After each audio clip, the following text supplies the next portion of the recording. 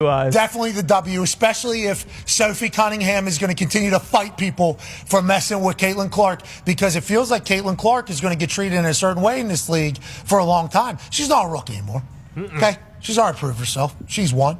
And then there were some, ladies last night that were trying to go a little physical. And in last year, I think something we noticed, and I think a lot of people noticed, is when Caitlin would get bullied, nobody would do nothing. That's right. Nobody would do nothing. It was like, hey, they didn't know, like, whoa, I can't believe this is happening. I can't believe people are doing this to Caitlin Clark. Teammates weren't jumping in there. They bring in Sophie Cunningham. I had no idea. Sophie Cunningham was a black belt at the age of 6. Yeah. Yep. Boom! Wow. JC Sheldon, that's cute. You want to poke her in the eye, then push her into a boom Mabry thing? Go ahead. I'll take a take foul, and you'll eat the deck a little bit here. And then we'll get it. I love it. Lads, I need to talk about this right here. So yesterday's game was obviously funny. Yesterday's game was obviously crazy. But have you guys not seen the petition? The petition, lads. So if you guys didn't see, obviously, there is the Dallas Wings fan page. Take the All-Star game out of Indiana. I'm serious. This is about player safety. Dude, don't worry. Neither JC or Marina's making the All-Star team. Players will be saying. Sophie Cunningham's reality. On June 17th, 2025, the Indiana Fever Guard saw Connecticut Sun player J.C. Sheldon poke superstar Caitlin Clark in the eye. Then Marina Mabry shell Clark to ground. Referees called nothing. So Cunningham took matters into her own hands. That's what happened. Here we go. We got Sophie Cunningham with a hard foul on Sheldon, and now we got all this again. And I mentioned Sophie Cunningham goes back to her days at Missouri. Another trash talker, agitator, intense defender, intense player. And so, again, J.C. Sheldon's not going to back down. I didn't love the way that this one was adjudicated. Sophie Cunningham was ejected, as was Lindsay Allen and J.C. Sheldon, I believe. I thought Sophie should have been ejected. The other two. With 46 seconds left, she grabbed Sheldon mid-drive, slammed her to the court, and sparked a bench-clearing brawl. The fallout, Cunningham ejected, fined twice by the league and labeled a villain overnight. But here's what no one's admitting. This was years in the making. Smash that like button. If you believe teammates should defend each other, Sophie didn't apologize.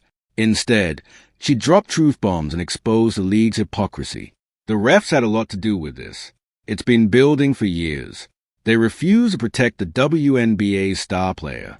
Enforcer situation at the end of the Fever game last night after the repugnant behavior of Marina Mabry and J.C. Sheldon. And, of course, Cunningham ended up getting the gate out of it. I've also got Stephanie White making comments about the refs. I give her credit for at least she went hard at the referees. And I wonder, will the WNBA fine this coach over that? I've got a feeling. They shouldn't. They better listen. Her coach, Stephanie White, backed her when officials don't control the game. Players protect their own. You could see this coming and fans erupted. Why? Because Clark's rookie season was littered with UNFL flag cheap shots like Natasha Cloud should check that cost Indiana game.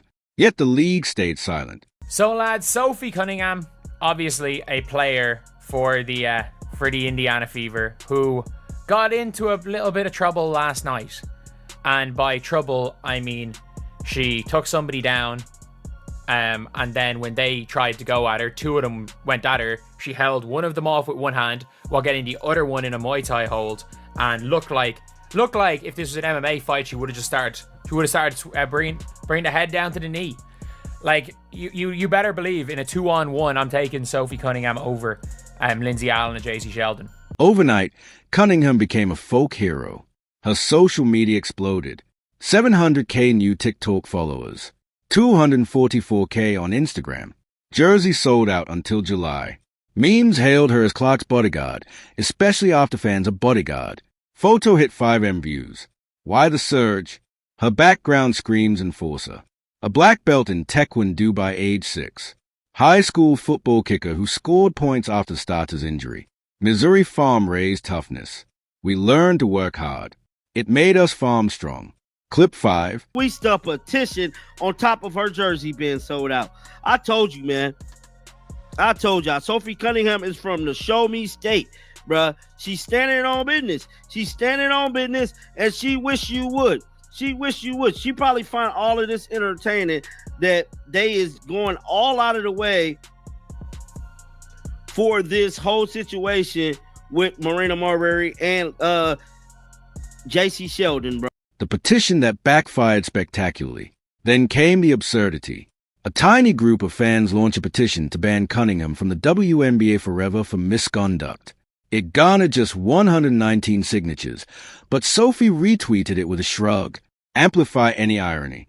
Critics call it hypocritical nostalgia. They romanticize 90s NBA enforcers like Bill Laimbeer, but vilify a woman for the same grit.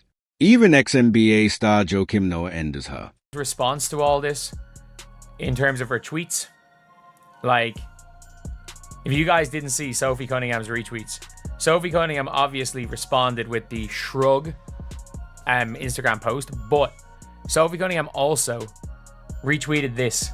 NBA fans have now made a petition to have Sophie Cunningham removed from the league. You can't make this up. If I own a fever, I get enforced to protect what's the clock. petition on right now? Alyssa Thomas chokeslam on Angel Because I know Reed. the petition only had like 2024. 100 In a May signatures. 2024 game, I know the Connecticut petition Sun only star had like Alyssa 100 Thomas signatures, violently threw Chicago but, rookie Angel Reed to the floor in a flagrant it 2 is, foul that resulted in it's Thomas' one of those ejection. things. Despite Reese's scary fall and fan outrage, no petitions emerged. Media coverage remained minimal, and the incident faded quickly. The league's silence tacitly normalized aggression against black players. Chindy Carter's hip check on Caitlin Clark. 2024. When Carter body checked Clark, a foul upgraded a flagrant one. It ignited a media firestorm. Critics labeled it assault. Politicians demanded league action. And analysts like Charles Barkley accused veterans of jealousy. Yet 0 petitions targeted Carter despite Clark's injury. The disparity was stark. Violence against Clark sparked national fury, while violence between black players was overlooked. Sophie Cunningham's defense of Clark 2025. Cunningham's takedown of JCS Sheldon, a response to Sheldon's UNFL flagged eye poke on Clark, triggered petition for a lifetime ban from the WNBA. The petition cited misconduct and violence, garnering only 185 signatures, but viral outrage. Cunningham's crime, protecting the league's golden goose. The message was clear. Defending Clark was treated as a felony, while assaults on black stars were met with indifference. Moneybag 2. Clark's $78 million impact versus the old guard's resentment. Clark's arrival revolutionized the WNBA's economics. Record viewership 2. 7 million watched her debut versus Angel Reese's Sky. Merchandise dominance. Fever sales outpaced the next 3 teams combined. Sold out arenas. Road games sold out 94% faster than 2023. This boom threatened veterans accustomed to scarcity. Cunningham's defense of Clark disrupted a culture where rookie hazing was tacitly accepted. As Fever coach Stephanie White noted, the refs had a lot to do with the brawl. It's been building for years. They refused to protect the star player. The old guard saw Clark's stardom as an invasion, and Cunningham's loyalty as treason. Performing Arts 3, racial bias, the unspoken catalyst, the Clark-Reed double standard.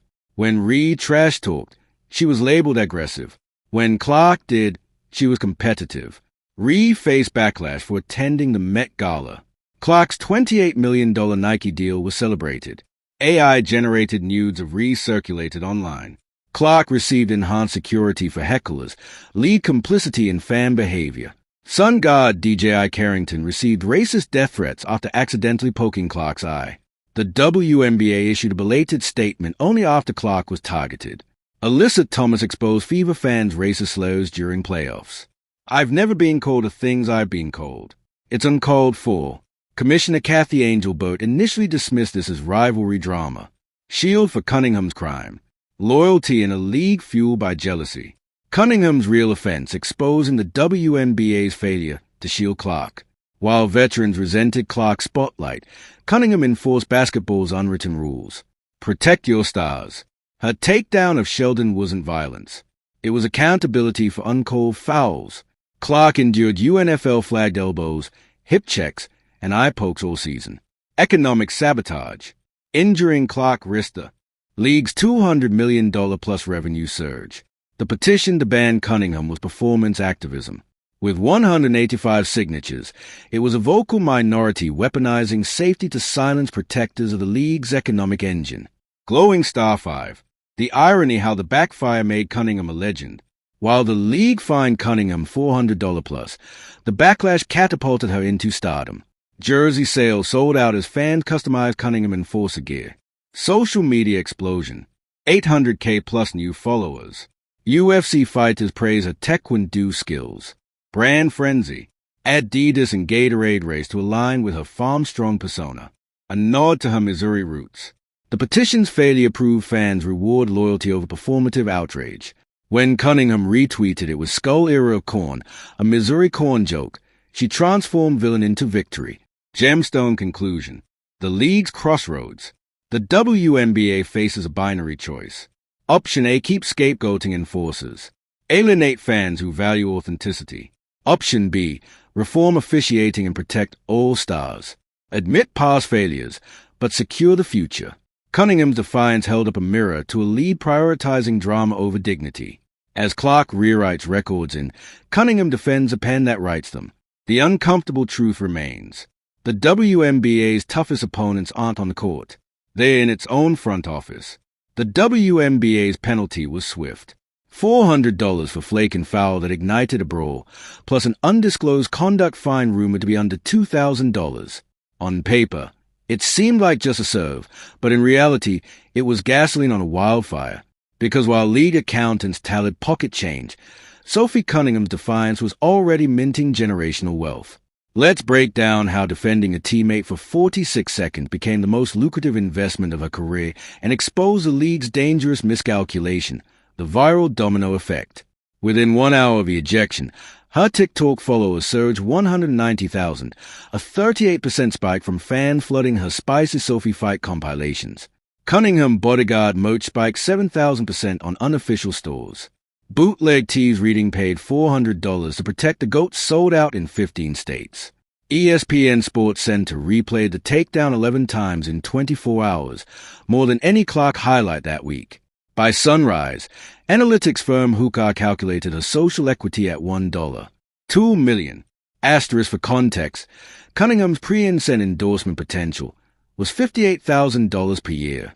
Post-brawl, she now rivals All-Stars in engagement to follower ratios.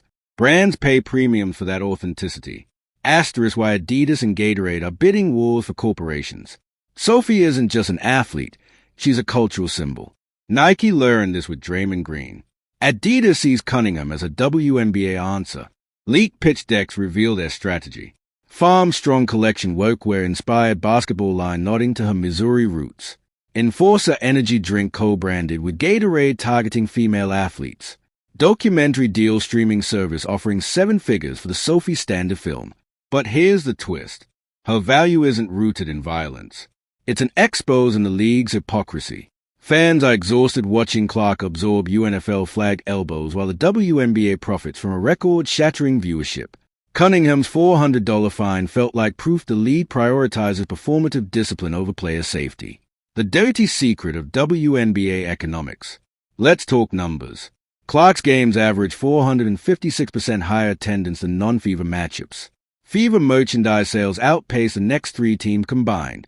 Yet, the WNBA's prioritization of Clark's safety includes 0 suspensions for players who hip-checked, tripped, or shouldered her, fines under $500 for excessive contact incidents, a baffling statement calling Cunningham's defense unacceptable while ignoring why it happened. This isn't negligence, it's calculated risk. League insiders confirm franchises quietly tolerate physical play against Clark because rivalry-driven drama equals viral moments equals new fans. Protecting her too much risks accusations of favoritism. Short-term injuries don't outweigh long-term revenue spikes. Sophie's $400 fines versus Clark's $78 million value. Caitlin Clark isn't just a player. She's a WNBA's financial lifeline. The league's media rights deal quadrupled after her draft. Fever road games sell out 94% faster than 2023. Her social posts generate $32,000 in ad value per hour. Yet, when Cunningham enforced unwritten rules of teammate protection, the league fined her less than the cost of a team dinner. The message, loyalty is cheaper than liability. Gen Z's verdict, the $1 million endorsement surge. Corporate brands aren't alone in cashing in. Sophie's authenticity made her Gen Z's icon overnight. TikTok edits pairing her takedown with audio like Can't Touch This at 18M views. Podcasts like Pivot crown her WNBA's Punisher compliance note violence metaphor. Even UFC fighters DM training invite Sophie's clinch work some pros. This organic grounds well explains why Meta offered $420,000 for an Instagram live series. Dick's Sporting Goods fast-tracked her signature glove line beat by Dre's storyboard ad with her saying, "Some hear noise, I hear teammates." The petitions that fueled her fame. Remember the 119 signature petition to ban her? It backfired spectacularly. Cunningham retweeted it with skull-era corn emojis. Corn equals Missouri inside joke. Fans launched counter petitions